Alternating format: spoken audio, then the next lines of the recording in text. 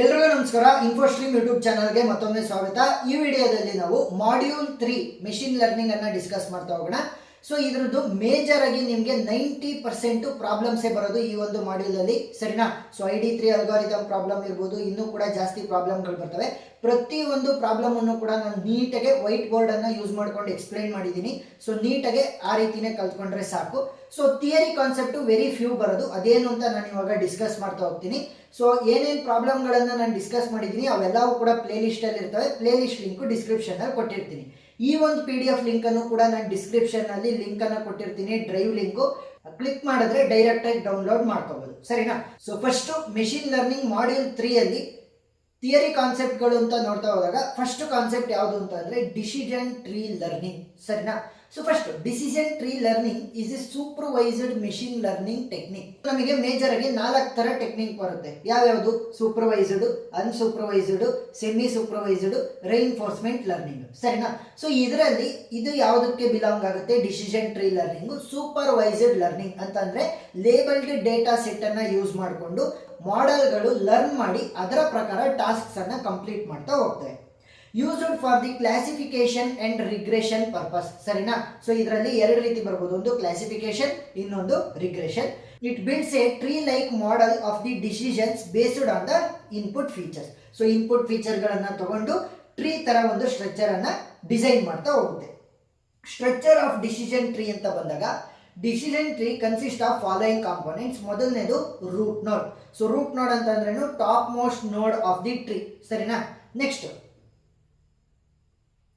It represents the entire data set and the first decision. ಅಂತ ಅಂದ್ರೆ decision tree ಅನ್ನ construct ಮಾಡ್ಬೇಕಾದ್ರೆ ನಾವು ಮೊದಲನೇ ಡಿಸಿಷನ್ ಏನ್ ತಗೊಂತೀವಿ ಅದು ರೂಟ್ ನೋಡಿಗೆ ಹೋಗಿ ಕೂತ್ಕೊಳ್ಳುತ್ತೆ. ನೆಕ್ಸ್ಟ್ ಇಂಟರ್ನಲ್ ನೋಡ್ಸ್ ಅಂತ ಅಂದ್ರೇನು? ಮಧ್ಯದಲ್ಲಿ ಬರುವಂಥವು ರೂಟ್ ನೋಡ್ಸ್ ಮತ್ತೆ ಲೀಫ್ ನೋಡ್. ಲೀಫ್ ನೋಡ್ ಅಂತ ಅಂದ್ರೇನು? ಲಾಸ್ಟ್. ಸೊ ಅವೆರಡರ ಮಧ್ಯೆ ಬರುವಂಥದ್ದು ಏನಿರುತ್ತೆ? Internal notes. ಸೊ ಇವುಗಳನ್ನ ನಾವು ಡಿಸಿಷನ್ ನೋಟ್ಸ್ ಅಂತ ಕೂಡ ಕರಿಬಹುದು. Notes where the test on N attribute is performed, ಸರಿನಾ? ಸೊ ಅಟ್ರಿಬ್ಯೂಟ್ಸ್ ಗಳ ಮೇಲೆ ಟೆಸ್ಟ್ ಗಳು ಪರ್ಫಾರ್ಮ್ ಮಾಡ್ತಾ ಹೋಗ್ತವೆ. ಈಚ್ ನೋಡ್ ರೆಪ್ರೆಸೆಂಟ್ಸ್ ಎ ಡಿಸಿಷನ್ ರೂಲ್, ಸರಿನಾ? For example age greater than 30. So ಈ ರೀತಿ ಕಂಡೀಷನ್ ಗಳನ್ನ ತೋರಿಸ್ತಾ ಹೋಗ್ತವೆ. ಏನು? ನಮ್ಮ ಪ್ರತಿಯೊಂದು ಕೂಡ ಇಂಟರ್ನಲ್ ನೋಡ್ಗಳು. Next branches. Branches represents the outcome of the test. ಏನು ಇಂಟರ್ನಲ್ ನೋಡ್ಗಳ ಮೇಲೆ ನಾವು ಟೆಸ್ಟ್ ಅನ್ನ ಅಪ್ಲೈ ಮಾಡ್ತಾ ಹೋಗ್ತೀವಿ, ಸೊ ಅದರ ಔಟ್ಕಮ್ ಎಲ್ಲಿ ಸಿಗುತ್ತೆ? ನಮಗೆ ಬ್ರಾಂಚಸ್ ಅಲ್ಲಿ ಸಿಗುತ್ತೆ.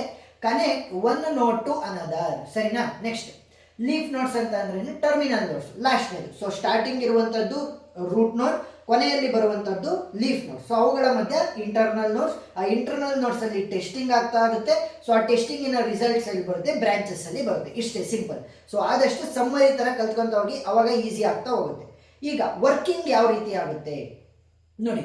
The tree is constructed by selecting the best attribute at each node. Best attribute ಅನ್ನ ಯೂಸ್ ಮಾಡ್ತಾ ಹೋಗ್ತೀವಿ. Next data is split recursively based on the attribute condition. ಡೇಟಾನ ನಾವು ಆದಷ್ಟು ಸ್ಪ್ಲಿಟ್ ಮಾಡ್ತಾ ಹೋಗ್ತೀವಿ. ಅಂತಂದ್ರೆ ಸ್ಮಾಲ್ ಪಾರ್ಟ್ಗಳಾಗಿ ಸ್ಪ್ಲಿಟ್ ಮಾಡಿದ್ರೆ ಏನಂತೆ ನಮಗೆ ಅಂಡರ್ಸ್ಟ್ಯಾಂಡಿಂಗ್ ಈಸಿ ಆಗ್ತಾ ಹೋಗುತ್ತೆ. Next each path from root to leaf represent a rule, ಸರಿನಾ? ಸೊ ಅಟ್ರಿಬ್ಯೂಟ್ಗಳ ಮೇಲೆ ರೂಲ್ಗಳನ್ನ ಸ್ಪೆಸಿಫೈ ಮಾಡ್ತಾ ಹೋಗುತ್ತೆ. ಇಫ್ ದೆನ್ ಅಂತ ಅಂದ್ರೇನು? ಇಫ್ ಅನ್ನ ಕಂಡೀಷನ್ ಅಂತ ಕರಿಬಹುದು, ದೆನ್ ಅನ್ನ ಕ್ಲಾಸ್ ಲೇಬಲ್ಸ್ ಅಂತ ಕರಿಬಹುದು. Overall tree represents a set of rules. So already ನಮಗೆ ಗೊತ್ತಿದೆ. Combination of and condition.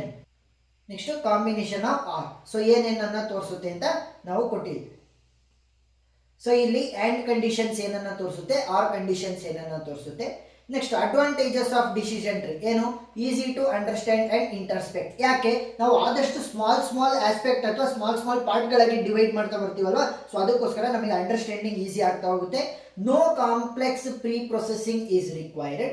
Next handles both the categorical and numerical data, captures non-linear relationships, fast training and prediction, rule-based representation. So ನಾವು ಒಂದು decision tree ಅನ್ನ construct ಮಾಡ್ತಿದೀವಿ ಅಂತಂದ್ರೆ starting ಇಂದ ending ವರ್ಗು ಕೂಡ ನಾವು ರೂಲ್ಸ್ ಗಳನ್ನ ಇಟ್ಕೊಂಡೇನೆ ನಾವು ಕನ್ಸ್ಟ್ರಕ್ಟ್ ಮಾಡೋದು.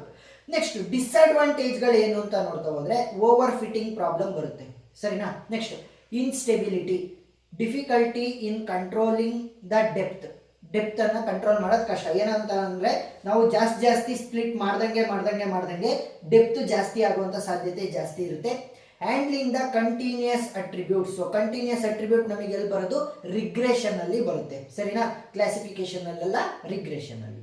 Next bias towards the dominant classes. So ಯಾವ ಡಾಮಿನೆಂಟ್ ಅಟ್ರಿಬ್ಯೂಟ್ಸ್ಗಳಿರ್ತವೆ ಅವುಗಳ ಪ್ರಕಾರ ಇದು ರನ್ ಆಗ್ತಾ ಹೋಗುತ್ತೆ.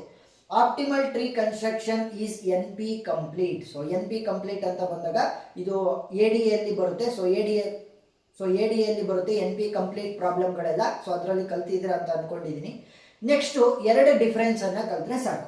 ಒಂದು logically weighted regression versus linear regression. Next multiple linear regression versus logistic regression.